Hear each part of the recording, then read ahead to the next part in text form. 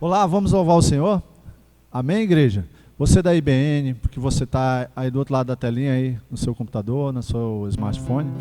Não esquece de curtir o nosso canal, compartilhar, comentar, se inscrever, assinar o sininho aí, colocar a notificação aí para você receber todas as postagens da nossa igreja, amém? Compartilhe com a gente nos grupos também e agradecemos por você estar mais uma vez aqui reunidos para louvar o Senhor. Amém? Vamos louvar e vamos primeiro fazer uma oração. Senhor Deus Pai, te agradecemos por essa oportunidade, que Tu venha estar, Senhor, tocando os corações aqui, Senhor, e também aí, com a pessoa que está aqui louvando ao Senhor junto com a gente. Pai, desde já, Senhor, coloca, Senhor, à Tua frente, Pai, nesses louvores, Pai, nessa adoração. Amém.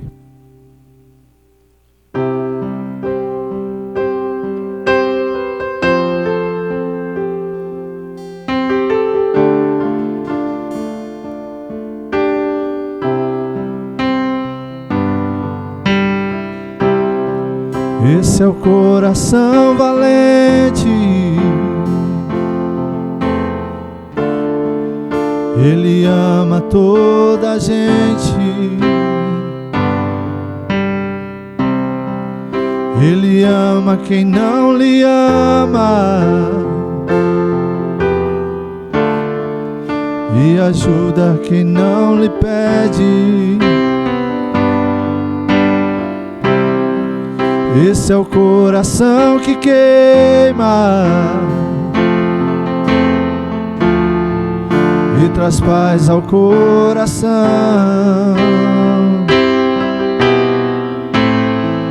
Foi a morte por minha causa, não pensou nenhum segundo. Esse é o amor, amor maior do mundo, que não pensou nenhum segundo pra morrer por mim. Esse é o amor, amor maior do mundo, que não pensou nenhum segundo pra morrer por mim.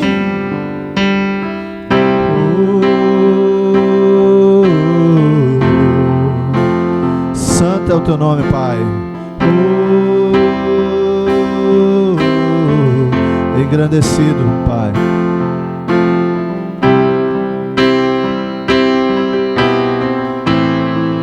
Foi a morte por minha causa, não pensou nenhum segundo. Foi a morte por minha causa, não pensou nenhum segundo. Esse é o amor, amor maior do mundo, que não pensou nenhum segundo pra morrer por mim. Esse é o amor, amor maior do mundo, que não pensou nenhum segundo pra morrer por mim. Esse é o coração valente, que explodiu lá na cruz. Ele continua quente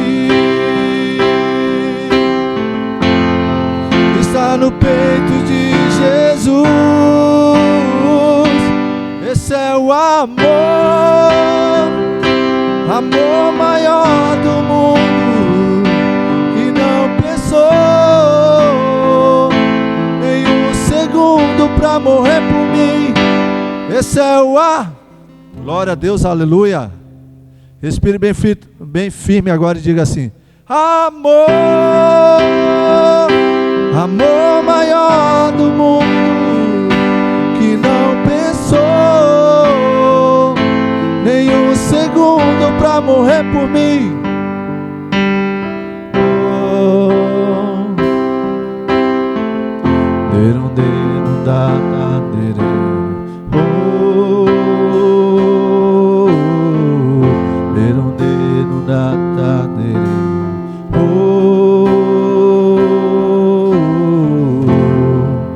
Obrigado, Senhor, por essa oportunidade.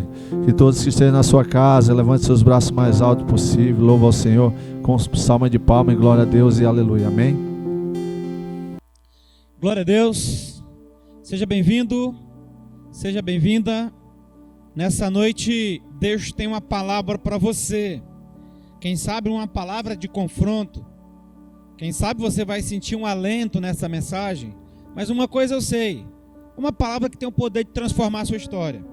Essa palavra não pertence a mim.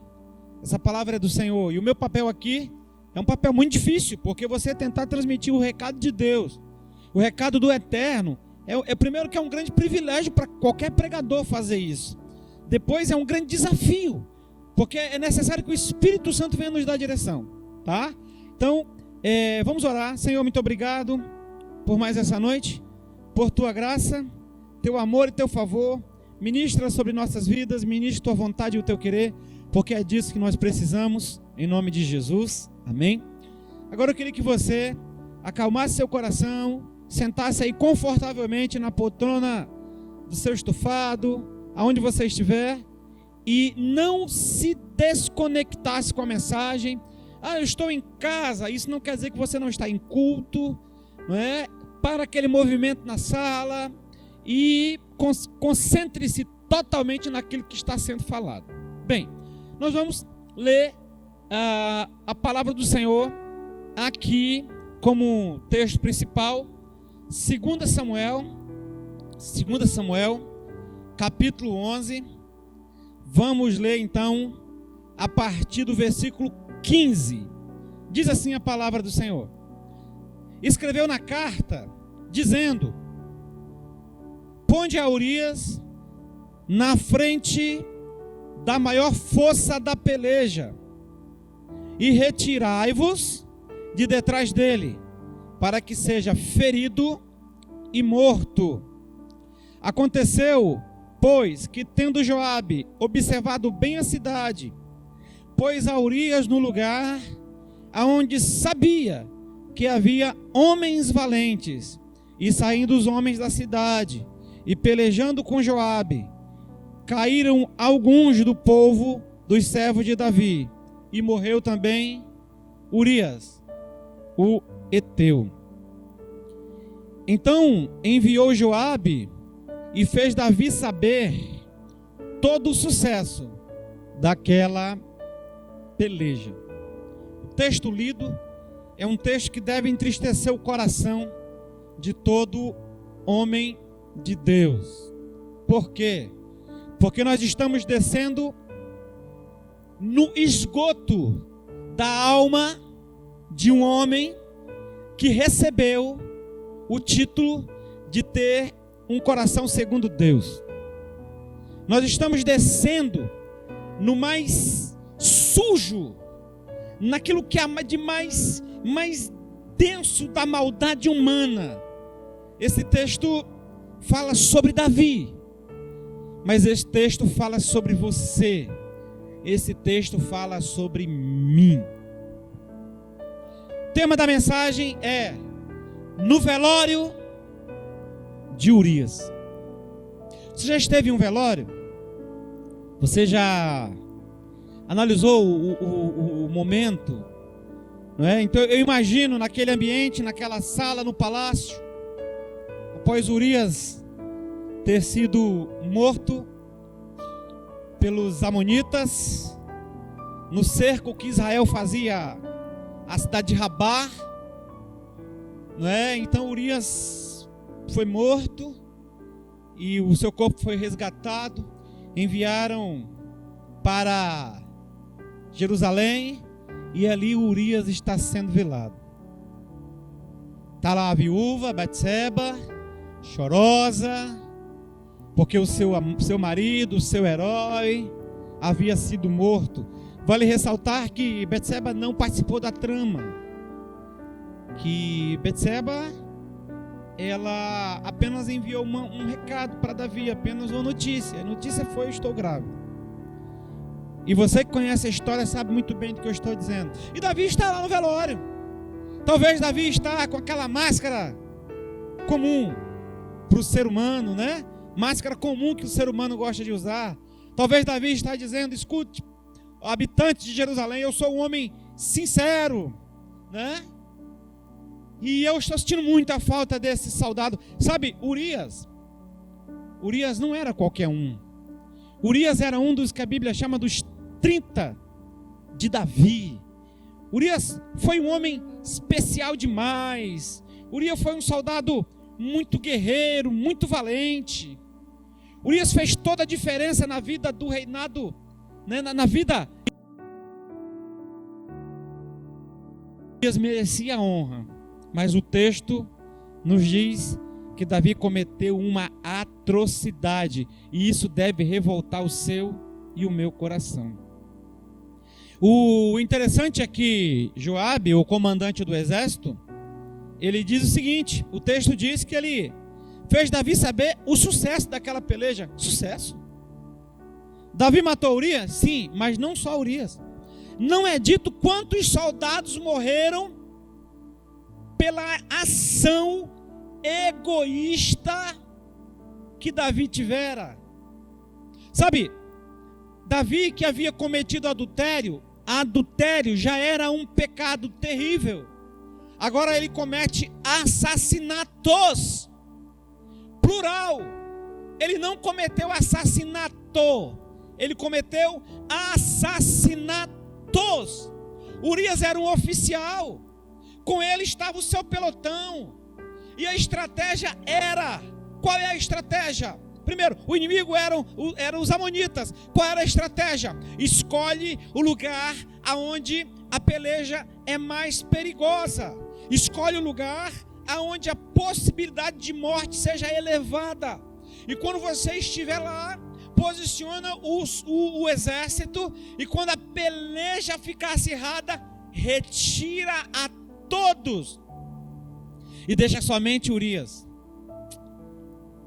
Mas Urias, como eu disse, era um oficial, e com ele estavam aqueles que estavam debaixo da sua autoridade. Então não se sabe quantos homens morreram. O fato é que entre os que tombaram naquela peleja, um deles foi Urias. E Joabe disse que foi um sucesso. O interessante, se você for ler a história por completo, leia depois o capítulo 11, eu não vou ler o capítulo inteiro, mas você vai perceber que Urias tinha uma grande qualidade: Urias não recuava. Urias não... Que exemplo! Urias era heteu, escute, Urias era heteu. Urias não era judeu, né? Urias, heteu, etita, eles levam mais ou menos o mesmo, são sinônimos. Era um povo bárbaro, né? Esse nome vem do nome Shet, e o significado dessa palavra é tenebroso, terrível, algo cruel. Era um povo cruel, os hititas, né? Do qual Urias fazia parte. Mas Urias se converteu ao Senhor. Alguém vai perguntar: mas como que esse heteu está no meio dos judeus? Olha, nós podemos criar algumas hipóteses. Algumas hipóteses, né?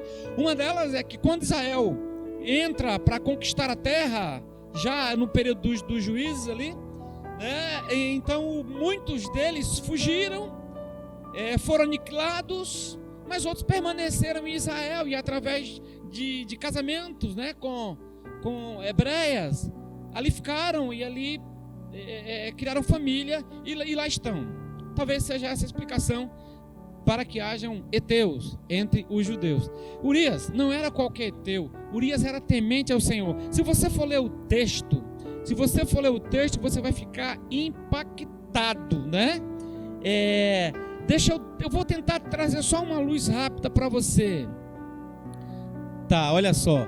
Aqui no versículo 8 do capítulo 11, vai dizer o seguinte: Davi já havia mandado que Urias, quando ele sabe que Betseba está grávida, ele manda trazer Urias para casa, visando, nós conhecemos a história, visando achar um pai para o filho dele. Seria muito fácil, porque o pai seria o marido da mulher, então não teria nenhum problema. O plano de Davi era perfeito.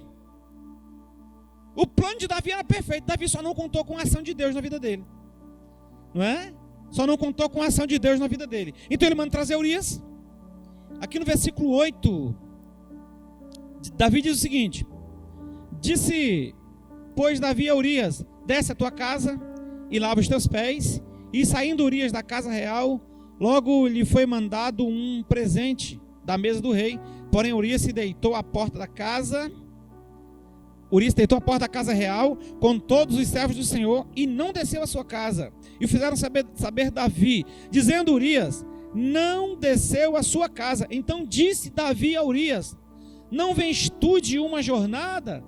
Por que não desce à tua casa? E disse Urias: meu Deus, escute você a resposta de Urias. A arca, e Israel, e Judá ficaram em tendas, e Joabe, outro traíra, meu senhor, e os servos do meu senhor estão acampados no campo, e hei eu de entrar na minha casa para comer e beber, e para me deitar com minha mulher. Pela tua vida e pela vida da tua alma, não farei tal coisa. Que homem! Entenda, ele vinha de um povo pagão. Quem sabe através da influência de Davi ele se convertera. Então Davi torna-se para ele um modelo positivo de um homem que temia a Deus, de um homem que não se dobrava diante das dificuldades, de um homem que confiava em Deus. Esse era o Davi que ele conhecia. Queria que você rapidamente desse uma olhada aqui no capítulo 26. Capítulo 26, versículo 6 diz assim: e dirigindo-se Davi a Aimeleque, o Eteu, e a Abisai, filho de Zeruia, irmão de Joabe, disse: quem descerá comigo a Saul ao arraial? E respondeu Abisai: eu descerei. Versículo 9 do capítulo 26. E disse Davi a Abisai. Não, vamos ler o 8 para entender o contexto. Então disse Abisai a Davi: Deus te entregou hoje nas mãos dos teus inimigos. Deixa-me, pois, agora encravá-lo com a lança de uma vez na terra, e não o ferirei a segunda vez. E disse Davi a Abisai: nenhum dano lhe farás, porque quem estendeu a mão contra um ungido do Senhor e ficou inocente? Verso 10, disse mais Davi: vive o Senhor, que o Senhor ferirá. Verso 10, disse mais Davi: vive o Senhor, que o Senhor o ferirá, ou o seu dia chegará em que morra, ou descerá para a batalha e perecerá. Verso 11, o Senhor me guarde de que eu estenda a mão contra um ungido do Senhor. Esse é o Davi na fase boa da sua vida. Davi entra naquele lugar, naquela caverna que ficou conhecida como a caverna de Adulão. Então ele entra ali, Saul está dormindo, Abner, o seu comandante, está dormindo, ninguém percebe a entrada de Davi. Davi entra com Abisai, e Abisai, ao perceber todo mundo dormindo, diz: Davi, agora eu mato esse cara, não precisa eu dar a segunda lançada, é só na primeira pá, eu acabo com ele. Agora Davi diz: não, deixa Deus julgar, não, deixa Deus fazer, não, deixa que Deus vai governar. Não, Abisai, ele é alguém que Deus escolheu, ele é alguém que Deus tem negócio com ele. Não toca, Abisai, não toca desse homem. O Senhor me guarde de que eu estenda a mão contra o ungido do Senhor. Esse é o Davi segundo o coração de Deus. Esse é o Davi radical. Esse é o Davi que confia no agir de Deus. Mas esse Davi, do capítulo 11 de 2 Samuel, agora se revela um homem egoísta, que só pensa nos seus prazeres, que quer esconder para debaixo do tapete os seus pecados. Ouça o que eu vou dizer a você: a graça de Deus é maior do que o seu pecado. A graça de Deus, ela é maior do que a consequência dele. Então, ainda que seja algo doloroso, ainda que seja algo terrível de encarar, não busque mascarar, esconder, porque Deus vê todas as coisas. Você sabe quem estava presente no velório de Urias?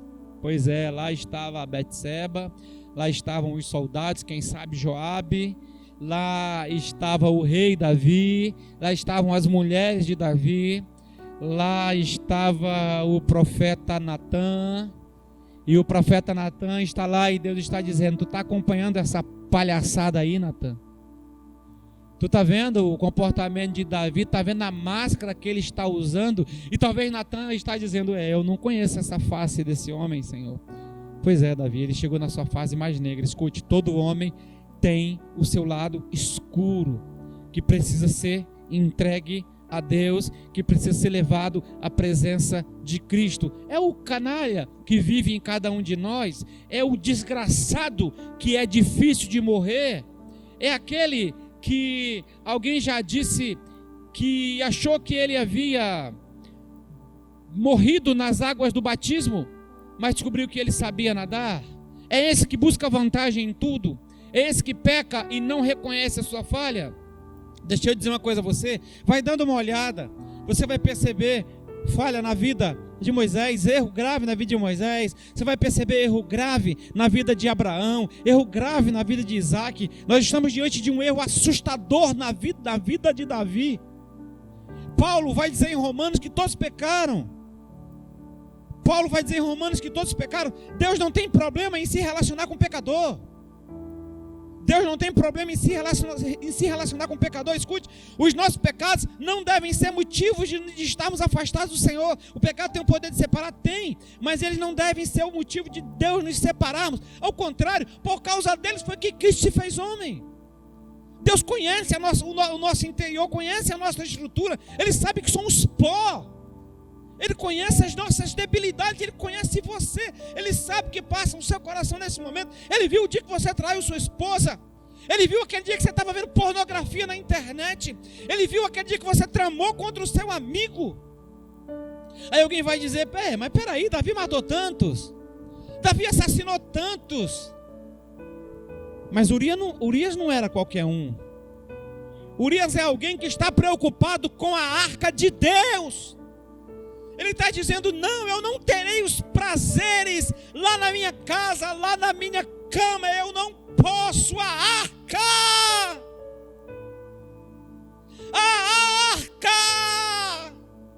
a presença de Deus está em uma situação vulnerável. Eu preciso voltar para lá, Davi, eu preciso pelejar, nós precisamos vencer os amonitas, meu rei. Eu agradeço o presente, mas eu não quero. Imagina como não fica Davi nessa hora. Imagina que espelho Davi não viu naquele homem.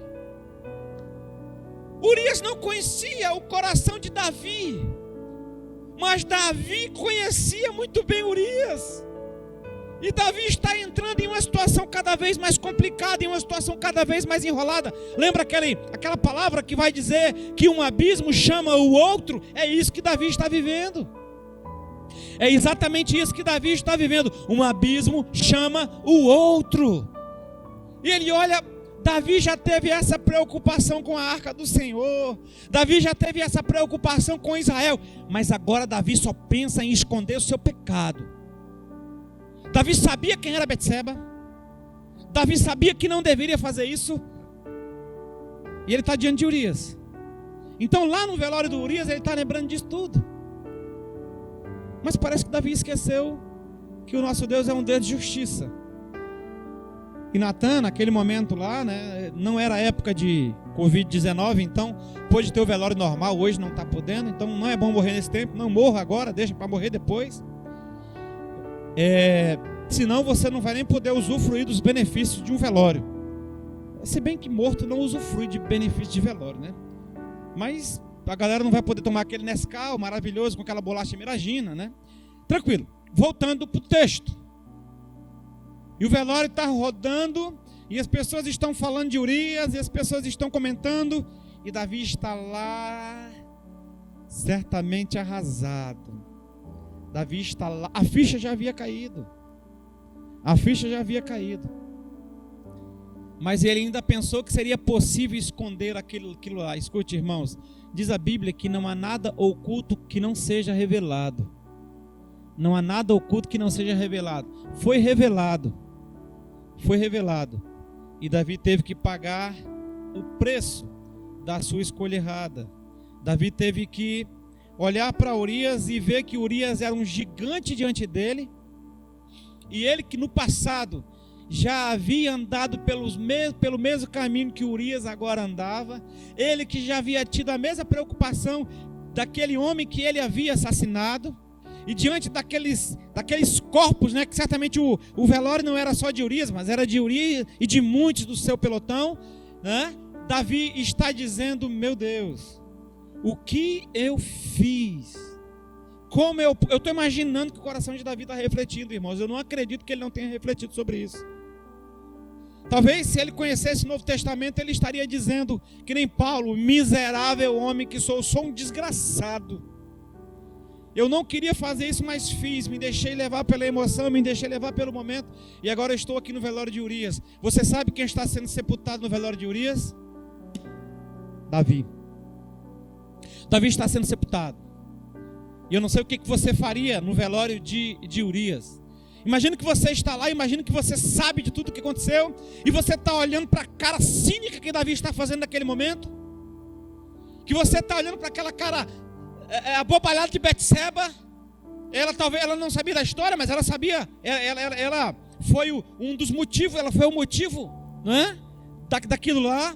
Eu imagino Joabe ali também, com aquela mesma canalice, com que cumprir aquela ordem absurda dada por Davi. Eu não sei se você sabe, mas no meio militar tem uma ordem, que tem um dito, né? Um princípio que se diz o seguinte, que ordem absurda não se cumpre. Joabe não deveria ter cumprido, se bem que Deus queria tratar aquilo na vida de Davi.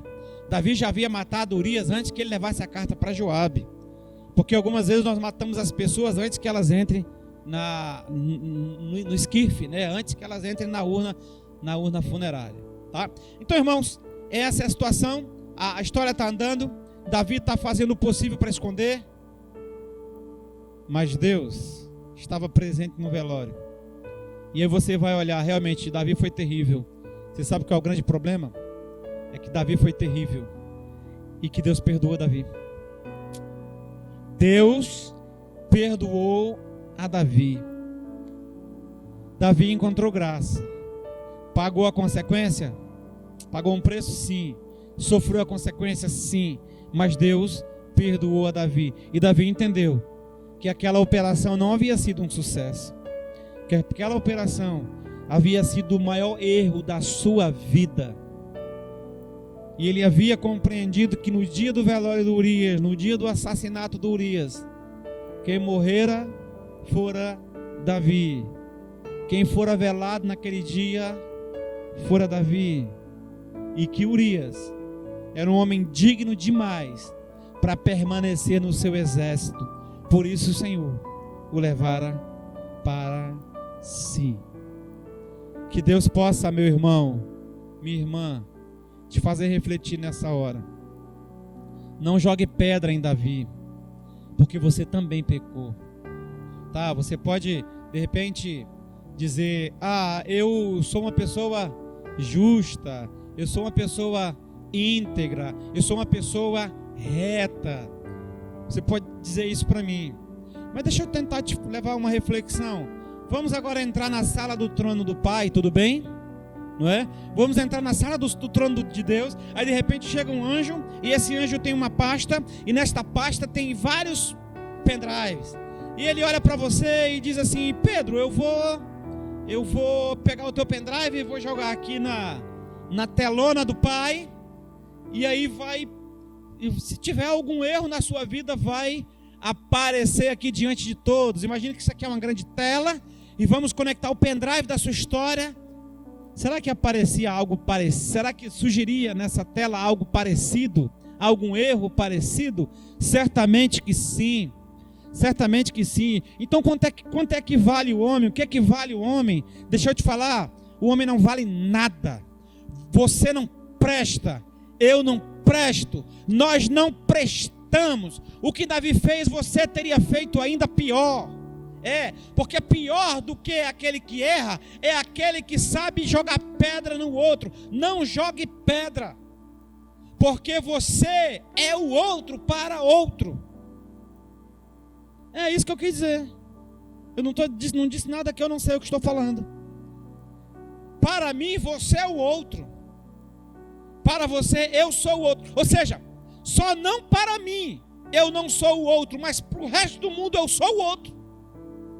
Então não jogue pedra, porque na hora que você joga pedra, alguém vai estar vendo sua história, alguém vai estar analisando seu proceder. Não, eu não vim aqui trucidar Davi, eu não vim aqui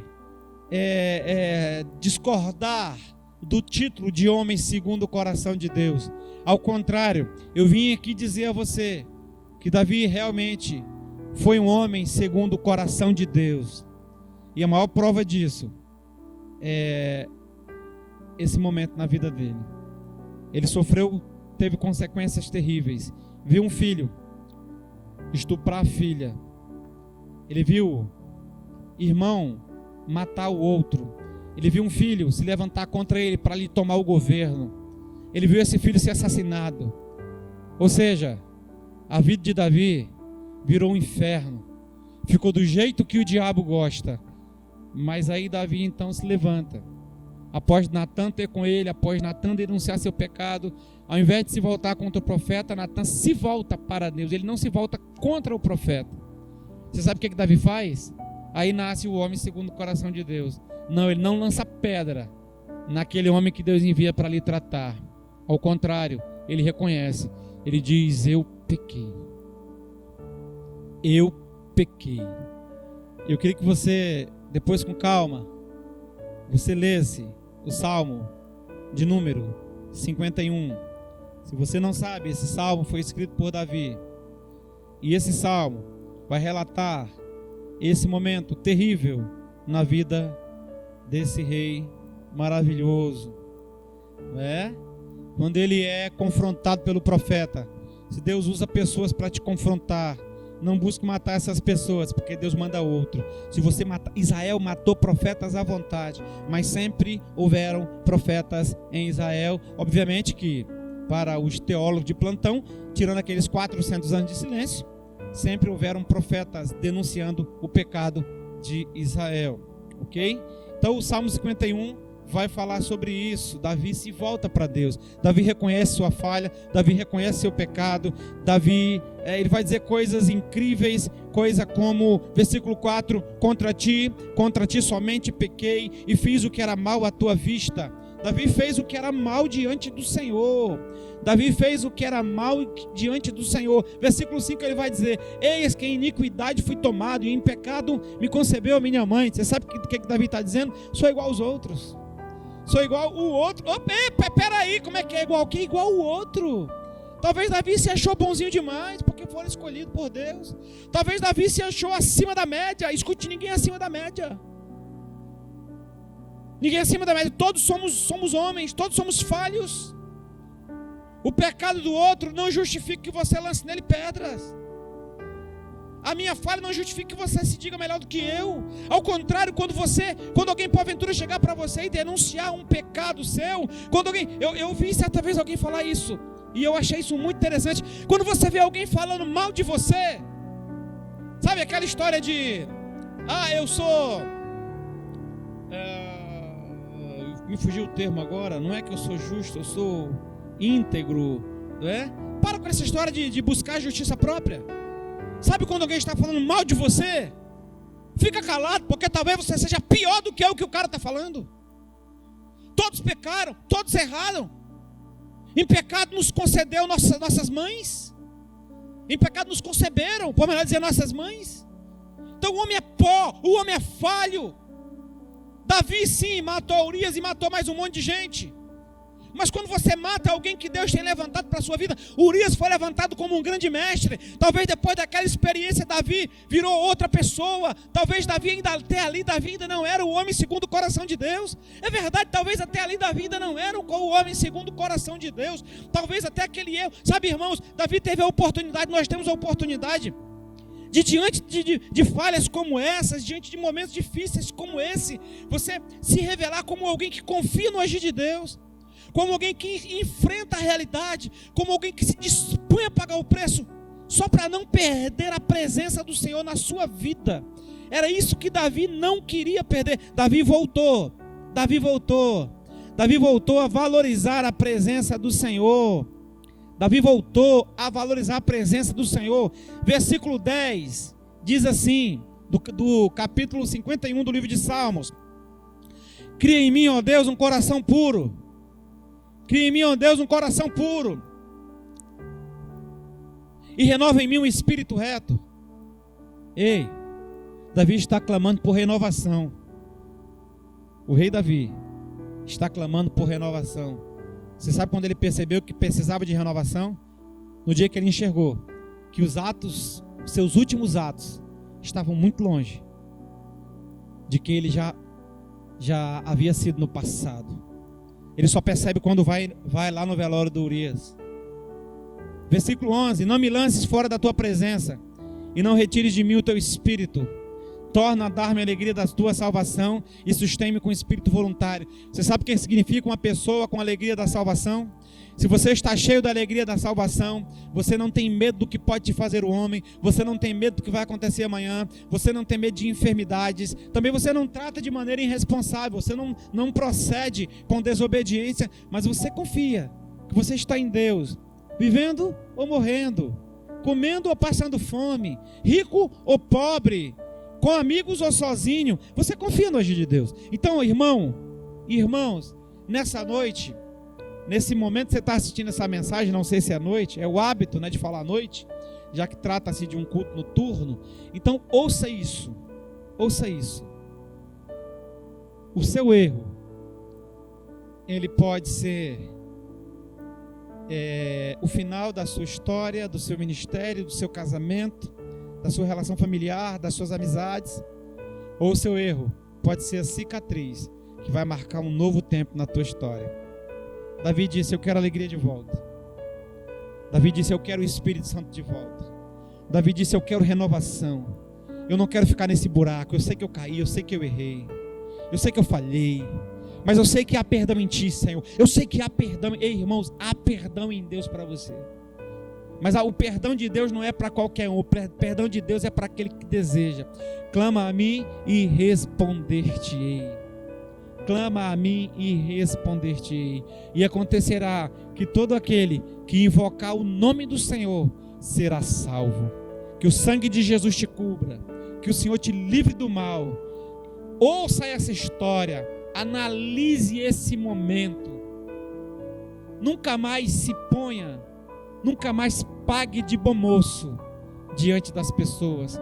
Quando alguém te trouxer a falha de alguém, silencia e diz assim: é igual a mim esse cara. Deus tem misericórdia desse irmão, que ele já caiu no mesmo buraco que eu tenho caído quase sempre, né?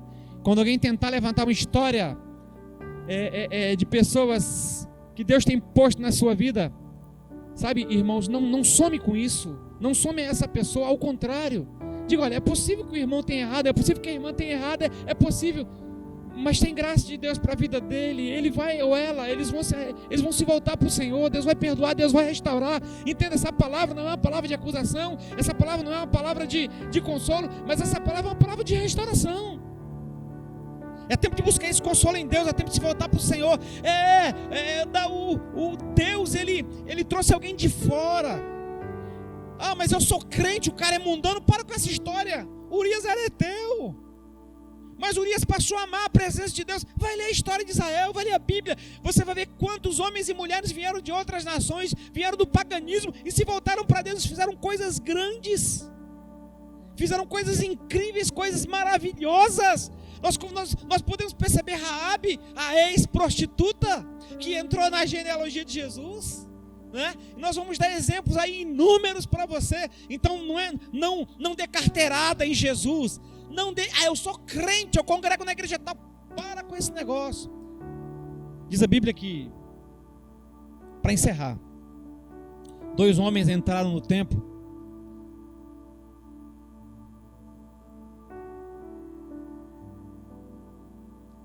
Um estufou o peito e dizia: te dou graças, ó Deus, eu sou judeu, eu sou alguém importante. Eu te dou graças que eu não sou igual esse desgraçado que está aí do lado, porque ele não tem o teu favor. E o outro, de cabeça baixa, diz Jesus que ele não tinha coragem sequer de levantar a cabeça, porque se reconhecia pecador. Você sabe qual é o exemplo que deve seguir, não é? Aquele que estufa o peito, aquele que se exalta, Deus abate. Mas aquele que se humilha, Deus exalta. Davi fez toda essa bobagem. Talvez tenha feito até pior. Mas ele se voltou para o Senhor. Um certo presidente do Brasil, se eu não me engano, Getúlio Vargas, posso estar errado, mas acredito que não, ele disse a seguinte frase: eu não tenho compromisso com o erro. Você sabe o que esse homem estava querendo dizer? Se eu precisar recomeçar, assim eu farei. Se eu precisar me arrepender 1000 vezes, assim eu farei. Tá? Que Deus te abençoe. Sobre tua vida seja a bênção do Senhor Jesus Cristo. Arrependa-se. Busque o Senhor enquanto se pode achar. Invoque. Ele está aí, do seu lado, na sua casa, na sua vida, na sua história. Deus abençoe você.